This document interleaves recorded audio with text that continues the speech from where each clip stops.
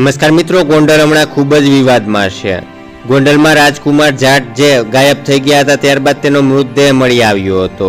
જ્યાં મિત્રો રાજકુમાર જાટ જે રાજસ્થાનના વતની છે ને હાલ રાજકોટમાં રહે છે તે ગાયબ થઈ ગયા હતા ત્યારબાદ તેનો મૃતદેહ મળી આવ્યો હતો। ત્યારે રાજકુમારના પિતા દ્વારા પોલીસમાં ફરિયાદ કરવામાં આવી હતી કે આ બધા પાછળ જયરાજસિંહ જાડેજાના દીકરા એટલે કે ગણેશનો હાથ હોય તેવું કહેવામાં આવ્યું હતું।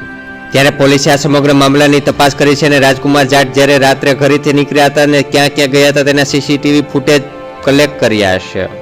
ત્યારે રાજકુમાર જાટનો ડિટેલ પીએમ રિપોર્ટ આવી ગયો છે અને પોલીસ દ્વારા જણાવવામાં આવ્યું છે કે અકસ્માત થવાને કારણે તેનું મૃત્યુ થયું છે અને તેને શરીરે 42 થી 43 જેટલી ઇન્જરીઝ થઈ હોય તેવું પણ જણાવ્યું છે। ત્યારે રાજકુમારના પિતા દ્વારા આ બધા પાછળ અકસ્માત જવાબદાર ન હોય પરંતુ ગણેશ ગોંડલનો હાથ હોય તેવી ફરિયાદ કરવામાં આવી છે।